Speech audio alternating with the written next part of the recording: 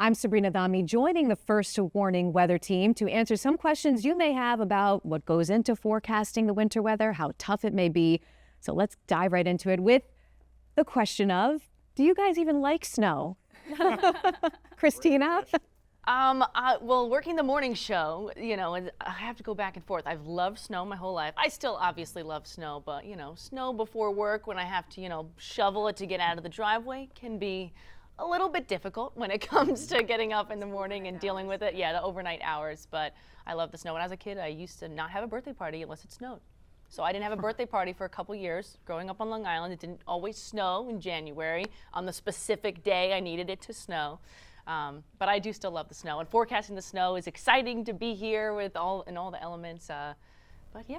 I love it. Reed, you grew up around here, so you're familiar with this weather. Oh yeah, growing up, I have a lot of good memories of just snow days, and so I always looked forward to that. I would do the inside-out pajamas. I would watch somebody with the school closings in the morning and see if my school was closed, and I'd be like, yes. And then it'd be a whole day of we'd wait for the plows to come on through, because we have the massive snow plow bank right along the side of our yard, and we would just go tubing for the rest of the day, and those were some of my favorite things. So yeah, I still love the snow, and I still try to approach the forecast a little bit from that kind of innocence of just like, oh my gosh, there's gonna be a snow day. This is so great. The excitement of it, right? Right. What about you, Paul? The more the merrier. Bring it on as much as we can get. I'm a true snow lover, always have been. Part of the reason why I came upstate from downstate, because there's more snow up here, and I was always jealous when I was a kid that you look and you say, oh, Albany's getting hit hard, and down near New York City we changed to rain. So had to come where there was more snow, and part of the reason why I'm here and part of the reason why I'm still here is because it's a challenge, and I just love as much as we can get. You were just a meteorologist at heart. That's right. Through and through. Rachel from Minnesota. Yes, I love snow. I love to ski. I love to be out in it. I think it looks beautiful. I have a winter birthday, so it's always disappointing when the snow doesn't fall on your birthday. So I've been here about 3 years. We have not had a major snow, well, I've had major snowstorms, but not major snow totals. So I'd love to see that eventually, hopefully in the near future. Be careful what you wish for. What about you, Monique? So I'm actually from the South. Right. So I grew up not really being around snow a ton, but I did live in places that had snow sometimes. So when I lived in North Carolina, it snowed sometimes, and when I lived in Georgia, it snowed less often. But I do love the snow. Anytime we got snow, I was so excited, and I love snow on Christmas. So I'm hoping that we get a white Christmas this year. All right. Well, so I asked that because you all have your individual, obviously, experiences where you've been, where you've lived growing up, that might play into how you forecast the storms and the winter storms we get around here. So how tough is it to actually forecast a winter storm, Paul? It's the toughest. I mean, it's a challenge. It's something that when you go to school and learn about it, you don't realize how many elements go into it. And it's not only, hey, it's warmer to the south and it's colder to the north. That's it. It's elevation, it's the different temperatures in the atmosphere at different levels, what's coming in and what's coming out. So on a scale of 1 to 10, I would say forecasting snowstorms for the capital region is definitely an 8 or a 9 when you compare to the rest of the country. Interesting. Why is that? It's all the different elements that come into play. It's all of the different the different temperatures at the different levels, and those big storms along the coast, sometimes they can bring warm air with that, and you have to determine where that rain snow line is going to be. And going back to your question from earlier, always being on the rain snow line presented that challenge, and being on the wrong side of it, if you're a snow lover, you don't want that. So it's always the thing. Where's that snow going to be? Where's the rain going to be? And are we going to get ice? And that makes it a huge challenge, because there's not just snow. There's rain and snow, and then there's ice and sleet, and forecasting where all that's going to be is a huge challenge. I know over the years I've heard throughout the forecasting that you all have done that is the number one thing when we get these winter storms, that north of Albany you're going to get this, south of Albany you're going to see this, but it's not that perfect line, right? So so how do you make those predictions, Reed? Like when do you make that call, and when do you feel comfortable doing that? Well, I think this is one of those times where you can get some calls or emails from viewers who are like, where's the snow map? Where's the snow map? And you're like, we're holding off because sometimes, especially where he's saying the rain snow line on a model run, it might be way north and we're just all snow, and it might be a little bit farther south the next run. And so you're holding off to see what's actually verifying and closest to, and then you can start to put your prediction in there. And so that's one of the more really toughest challenges, I'd say, on that front of it, of just trying to get the forecast right in regards to icing. Yeah. Time of day, Christina.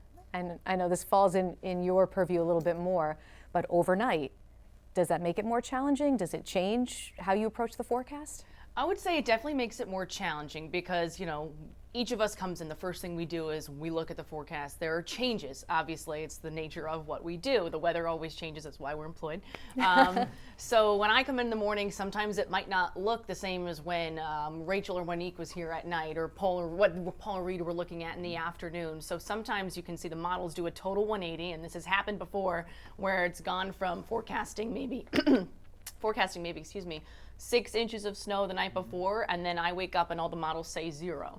So you have to do a lot more thinking and rely on kind of your gut. I would say working the morning show has taught me you need to really just rely on your gut a lot more, because sometimes, we look at all these different weather models, but it's not a definitive forecast. We don't just look at it and say, oh, the model says 8 inches, I'm gonna go with 8 inches. It's not how it works. There's a lot more that goes into it, and we could spend all day talking about it. So I think that's the thing that I've learned the most. It's like working in a circus, but the morning person is the tightrope walker. Yes. It's a stressful time, and sometimes I feel like I go back and forth, and you just got to be confident and go with it, and sometimes it works out, and sometimes, it doesn't, and you live and you learn. Rachel, when you put your numbers out and then you look back, do you have that Monday morning quarterback kind of feeling where you're looking back and you're like, oh, I don't know if that was the right call, and how do you handle that? I think we talk about the anticipatory feeling of snow coming. When you're a kid, you want the snow to come. You're excited. When you're a parent, maybe you don't want the snow to come so much as you're having to shovel it or, whatever. As a meteorologist, I've experienced, you put numbers out there and you have that feeling of like, I hope I'm right. I better be right, because it reflects, and you don't want your credibility to be damaged. People don't realize how complicated it is sometimes, and so it can be hard to understand why the numbers were different. But I for sure feel like, I wish I would have done this, or now I know better, or I hope I'm right. And you guys usually are. We live in this day and age now where we want the information, we want it now, right? The immediacy of it is so important for society right now. So, Wanique, how do you handle the pressure of making sure we're living up to that, but also making sure you're being as accurate as you can be? So you have to do your homework, of course. I try to pre-forecast whenever a snowstorm is supposed to hit. I try to do as much research as I can based off of the temperature profile, where that low is, how close we are to that low, and then I also look at the models and just try to see if the progression is getting stronger, getting weaker, and then I just have to have that confidence in myself. I rely heavily on our team. I look at what they say and their thought process, and last winter was my first winter as a forecaster, and I asked so many questions. So thank you. And so I had to draw from that confidence and say, I got this. I learned this in school. This was very exciting to me, and I can do this. Yeah, so it's a great point. How often do you all talk with each other, especially when a big storm is coming? How much are you in touch with each other? It's almost constant when there's a storm coming, for sure. I mean, it's one of the things I think that's really important about forecasting the weather is having different viewpoints and seeing what somebody might have seen in the models when the computer models that forecast winter storms, when they were on their shift versus when we were on our shift. And hey, this has changed since we were here this morning in the afternoon, and or something like, hey, I remember this from 5 or 6 years ago. It's just like that storm that did this to us, and right, and it's like we know that in this situation we tend to get a little more snow in this area or a little less in another area. So I think communication is huge, so we definitely try to do that as much as possible. It's a group text, it's email, sometimes it's notes, sometimes it's literally like him and I will look at something and go, we're just starting to see something that hints like maybe a little bit warmer in like the Hudson Valley area, but it's the first time we're seeing it. So we'll tell Christina, because we'll have a couple model runs, and at that point be like, hey, if it's still there in the morning, change the snowfall map a little bit more and adjust or look for it. But not that she wouldn't anyways, but she would. But like, just look for this. It's probably going to be, it might be there now, which is something that might not have been there really like a couple hours ago. Or I'll see something in the morning and I'm like eager to text the team. I'm like, no, it's too early. Don't bother anybody. But a lot of what we do, like, we work as a team. It's all about the trends. The weather is always changing, looking at the latest model forecast.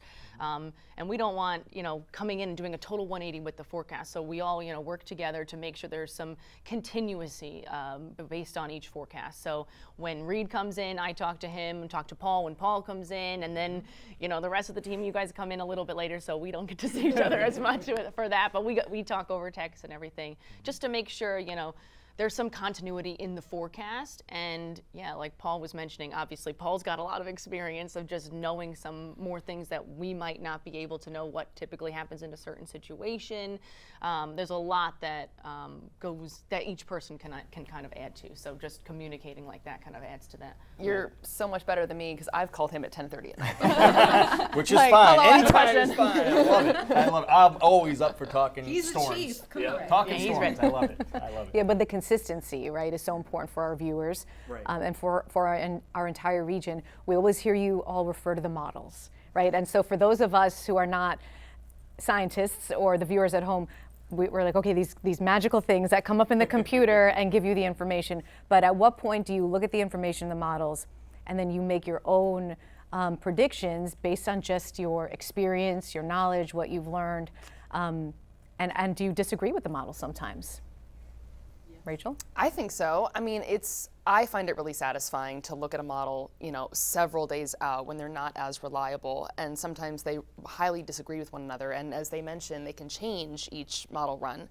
I find it really satisfying when they all come together as you get closer to, the day of, and that's really, really satisfying. But it comes down to knowing your area and your experience and your gut feeling.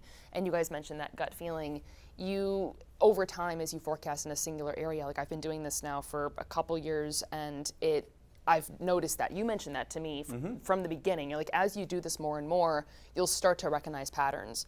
And a model might say something, but you might say that pattern's not quite right. You start to recognize those, and you do get a gut feeling for it.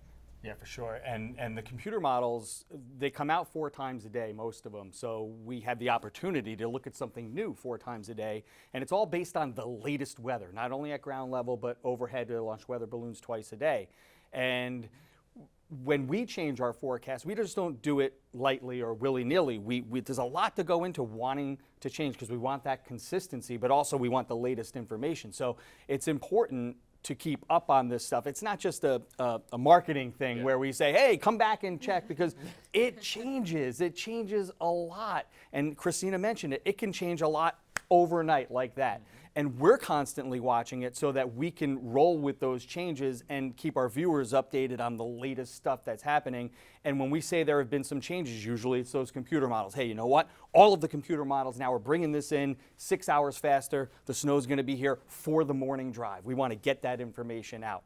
But the real challenge is when only 2 of the 4 or 3 of the 5 models say the same thing. And Rachel talked about when they all come together. Well, that's the dream, right? Is that they all say the same thing, and then we could be confident. It's when they don't, and that's when we have to rely on our expertise to tell us, yeah, this computer model usually does better in this situation, or that one, or this one's usually fast, this one's usually slow. So that's just a word about the computer models. But at the end of the day, every single forecast you see here on News Channel 13 from the First Warning Weather Team is from one of us and not just a computer model. Yeah.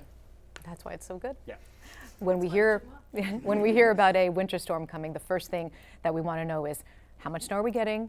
When is it arriving, right? How much is it going to snow where I live, right? That's what matters to all of us. So that snowfall map is, the key to all of that.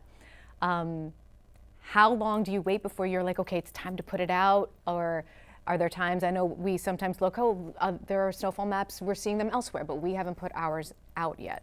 So how much thought goes into that, and how hard is that, Christina? So definitely a lot of thought goes into it. That's a lot of times we communicate back and forth. Like I'll send a snow map in the morning to the team and I'll be like, this is what I've got so far. Or I'll make a pre-snow map where we get to look at it, but nobody at home gets to look at it just yet. Because a lot of times I'll make a snow map in the morning knowing it's going to change when the next model run comes out. And it's kind of just preparing for that. So, we collaborate a lot when we're talking about making those snow maps. But I would say within 48 hours typically, when we kind of get a better idea, a better grasp on those storms. We try to. Sometimes that's not always the case. But one of the things that we talk about, again, adding to the forecast challenges, we've got the snow map here, and we have to draw a very fine line, and we can't zoom in on all the counties, and we have a range of elevation across the area. That's no shock to anyone, and that means you're going to see very different numbers in certain areas. So sometimes you're drawing a line, and it might be going through multiple towns where people could really be on either. It's just impossible to really make it that specific. So that's a lot of what we try to explain in our forecasts. Like, this is what we're drawing with our general idea, but if you're right on that line or based on the elevation, it really is going to vary. And that also is what makes it so tricky to kind of, quantify that and put it in this map to send it out to everybody to basically be like, here's the idea. Sometimes that can be a little tricky. Sure. I think also with the snow map and the timing of it, things have changed around us, right? I mean, back in the day when we didn't have social media, or even the internet for that matter, people waited for the 6 p.m. news to see what the snow map had. And now people see that kind of map online from a whole variety of places, some of which are more reliable than others. And we always say, make sure you know where you're getting your information from. We're the best, so we want you to come to us, but we understand that you're going to see other things. So I think that's sort of pushed us a little bit to try to get something out a little bit more quickly, knowing that our viewers might see something elsewhere and then they want to know our take on it. So we want to be available for them to give them our take on it. And that's why we always say that, the expression, this could change or this is early. We're doing it early as a service. If you wanted to see just our final answer, we'll do it the day before, but then you're not going to know what we're thinking, 3 or 4 days in advance or more. So we try to be as transparent as possible, and we just ask that you stick with us, you pay attention to what we're saying. We're only going to give you the facts that we have, and we try to do the best possible job. As we get closer, presumably it's going to be more accurate, so the day before is when we give it our best shot. And a note too on know where your information is coming from. All the time we see people will take old snow maps from years ago and repost them pretending that it's new information. And I think that's, at least for me, it's one of my pet peeves. I hate that because I'm like, oh, this is old. Like, you're scaring people for no reason. And we have a lot of conversations, mindful conversations, both in the newsroom and in the weather department, about we want to inform people but not scare them. We don't want to be sensational, and that's not what we're here for. And so knowing where your information is coming from is vital. I'll add into that part of, one, our snow maps, whenever they get posted now, they have a date on it of our most recent map. So if you see a map on there, look at the date, so you actually know if you're looking at a current map. But the other part is, that's kind of the negative side of the social media aspect, but there's a real pro for us of, even if we do put out a map early, we only get 3 minutes to explain things, which includes other things aside Paul from the takes snow. 5 minutes. Paul takes 5. I stick to the clock. You ask the producers, but yeah. So yeah, Paul takes 5. Most of us take 3. But anyways, the beauty of social media a lot of the time is you can put that map out and you can write like a novel explaining what you're thinking and what could possibly change. And I think people appreciate that more as you keep getting up to it. After a while, I'm sure some of us get tired of typing a novel up. But it's important, and I think a lot of people are looking for that. And then, too, you can kind of scroll back and just see how the forecast has changed over the course of the next few days up to the event itself. Actually walking it through and seeing it. And to Reed's point, I think it's very important to be transparent. So if we do have a snow map and it changes, explaining why it changed and our thought process behind that, I think goes a long way. Yeah, walk the viewers through the whole thing. I know there's great responsibility that comes with this. There's a convenience factor, obviously, for people, but there's a safety factor, right? Depending on the type of precipitation we're getting. If we're getting sleet, we're getting ice, God forbid we see accidents or power outages that for days and days, as we've seen. I know Paul and I worked on the morning shift for many, many years, and we would have conversations around 2, 3 in the morning trying to figure out what's the best way to share this information from the news perspective, and then leading into Paul to make sure that we're setting you up in the most proper way. What would you say is the biggest safety concern when forecasting the winter weather? Which kind of precipitation are you most concerned about? Time of day, all of it? Ice.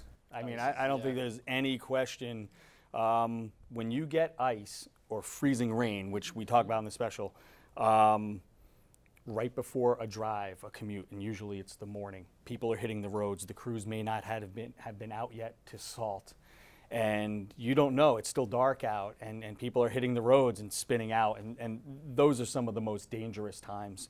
Additionally, with ice, occasionally, usually once a winter, maybe not even, maybe once every other winter, we'll have an ice storm where it's not just a little bit of ice before the commute, but the ice buildup, and then we're talking about power outages. So those are as far as safety goes, I would say ice. And I would also say that it's the most challenging of all the precipitation types to forecast, because the layers in the atmosphere that we've been explaining are so fine, and it has to be so perfect in order to get ice. But once those things come together, and that's why we start to ramp up our language when it looks more likely for that to come, because we want our viewers to be aware that that something important is happening. And that's why it's also important to not ramp up the language when it's not as bad, because you don't want to cry wolf and have every event be the same to the viewer. Okay. Christina, do you want to add to that, especially for the morning show? Yeah, I was going to say, especially when it comes to those commute times. So even if it's a few days before and that's a probability, you know, we might not know for sure that this is going to be as severe an ice storm, or maybe that rain snow line, that temperature profile is just so fine and it's just a really tricky forecast. But we want to let you know ahead of time, because if that's going to be a possibility for, say, your Friday morning drive or your evening drive home any day of the week, we want to make sure that you're aware ahead of time, because as Paul was saying, you know, accidents, it can be really bad, very dangerous with the ice concerns. So we want to let you know as soon as possible so that you can try to avoid traveling if you can. The 7-day forecast, right? We love our 7-day forecast, but if we see on day 7, you've got the snow icon, right? And all of a sudden everyone's eyes are focused on that, but we're still, you know, 7 days out. How do you, when you decide, okay, I'm going to put that on there, or I'm just going to hold off because I'm still not sure, and I know everyone's going to be in a tizzy over it. So, Reed, when do you make that call? I mean, for myself, if I ever see a chance for snow, I put it on there, just because I would rather have people be aware that there's a chance for, even if it's just a few like flurries falling, I'd rather have you be like, well, they didn't tell me I wasn't going to see any snow today. So I'd rather have you be aware, even if it's just a 20% chance or a 10% chance, that you could see something. Or even if it comes out to being nothing down the line. In my head, it's always better to be prepared for something that doesn't come through than to be unprepared and then all of a sudden be caught off guard with something major that comes on through. So for me personally, the moment I see snow, even if it's just a few scattered showers in some of the higher elevations, I throw it on there. And I just make sure in my language on the 7-day I go, there is a chance for snow, but most of you are fine. It's more likely going to be in these spots, and we still have plenty of time for this to change. So just keep coming back, and we'll update you, as we now know, as we go through the process. Things change, and so we'll let you know how that forecast has changed as we get closer to it. Yeah, and I think that's why it's so important to listen to the forecast. A lot of my friends will send me just a picture of the 7-day and be like, "It's gonna snow on Sunday." I'm like, did you hear what we said? We just said, listen, we're monitoring a system right now. As Reed was just saying, you know, we want to be as transparent as possible, explain to you the opportunity, the chance, and then tell you we're going to update you as the time comes. Yeah. But I so often get a picture of the 7-day, and that's not going to give you the big picture. You know, when we're going back of whether we're going to put the icon on there, you know, we're putting a lot of thought into everything that we do. But, you know, there's only so much that an icon can explain to the viewers. Right. And that's what we try to do in our forecast. One of the tricks that I like to use, and I try to tell the viewers as much as possible, at least for when I do the 7-day, is that percentage. Everyone's like, whoa, what does that percentage mean? Is it percent of the area? Is it percent of day? Mm-hmm. Well, it's both of those things, but it's also what I like to use is a confidence level, right? So if you're on day 7 and you have a 30% chance of snow, and then all of a sudden the next day, that's day 6, right? So if it's 40%, that means the confidence is increasing that this will happen, and so on. So by day 2 or 3, if it's up to around 80 or 90%, that's how confident we are that we're going to get at least something, and then obviously in the details of the forecast we'll say what that is, a big snowstorm or a near miss, but we're still going to get some, and so forth. So there are keys, little things to look at when you're watching, other than just the icon. At least for me, I like to give people a clue on the percentage. Yeah. That's why you guys always say, listen to what we're saying. don't just, we hope so. Yes, listen to my words. What do you like most about forecasting winter weather? What do you find, I guess, most fun, but also challenging? What do you enjoy about it, Wani? So, of course, overall, you want to be bright. So when you get that forecast, like pretty spot on. I think that's the best feeling, and I feel like we had a couple of forecasts last winter season where I was like, man, we were spot on. I think that's the best feeling. And then when you actually get snow, like I love actually seeing the snowfall, and just like being in the winter weather, I think is the most exciting. What about you, Rachel? I really like, and this is sort of a forecasting as a whole too, I like how you can find clues in the atmosphere and you putting the pieces together, and it's a puzzle. And I like that discovery and that journey of putting the pieces together to give somebody a forecast that's tangible and it means something and people can plan their day around that. And I find that process really satisfying. For me, it's the challenge more than anything. I think I'm up for a challenge for most things, but Mother Nature can throw you some curveballs, and this isn't the minor leagues here. This is the majors. We're in the capital region in the northeast part of the United States, the most challenging weather there is. That's why we're here. I love waking up every day and accepting that challenge and trying to take that challenge on for our viewers, because they rely on us to decipher all this information and give them the best idea of what to expect. So I feel a sense of pride in being able to accept that challenge and do the best job that I can to maybe give people information that they otherwise wouldn't be able to get. Can you ever just enjoy a storm without looking at it? Well, I did for before without I became looking at it from that perspective? I enjoy it, believe me, I enjoy it. Reed, what do you like I will most? piggyback off the challenge part and a couple other things here too, but the challenge especially just because, we can attest to this, our major is a hard major. When we went through college, it was a lot of rigorous work. You don't always necessarily get to apply all that in a forecast. Like, we've had a pretty dry summer. Sunny and nice is not that hard of an application for us. So San Diego. San Diego summer, right? And so I personally like to take that knowledge that I worked so hard to actually learn and apply it in these circumstances. And every storm is a little bit different, whether it's we know we're going to get many inches of snow, or maybe the temperature might drop at one point, and then it's like sitting here talking with Paul going, I think it's going to hold out a couple hours longer than what we're looking at, and doing those conversations. Also, coming into the next day and Paul going, we nailed the forecast. It's always fun to listen to that. So that I like, but also too, typically, I'm the one who usually gets sent out in the snow. So it's a bit of a confidence boost when you go out there and you're like, yeah, this is literally what we said was going to happen.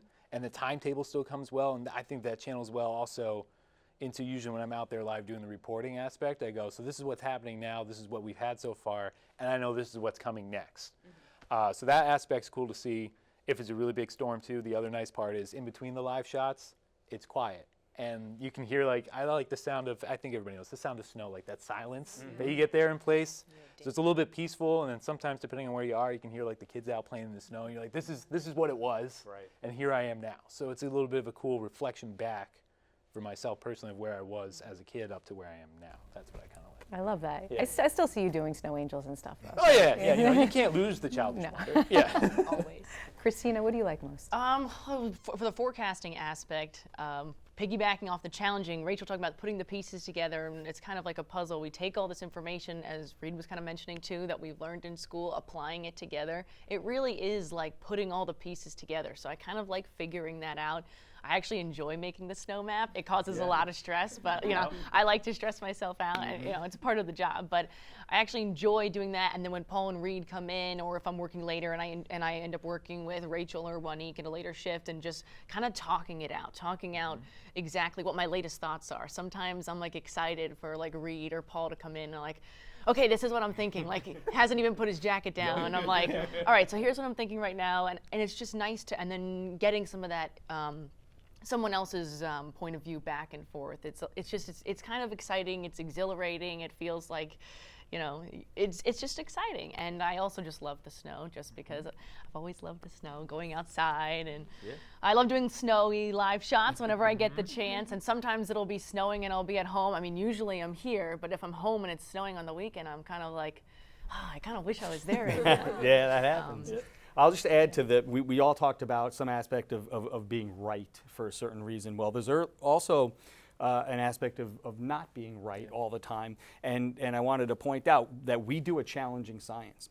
And part of what science is failing and learning from your mistakes. And I think that's one thing that we all do, and all scientists do. And just know that if you're at home watching and we got 3 inches instead of 5 inches, or we got 4 instead of 8, or whatever, we're the hardest on ourselves. And we're going to sit down and figure out what happened different than what we thought.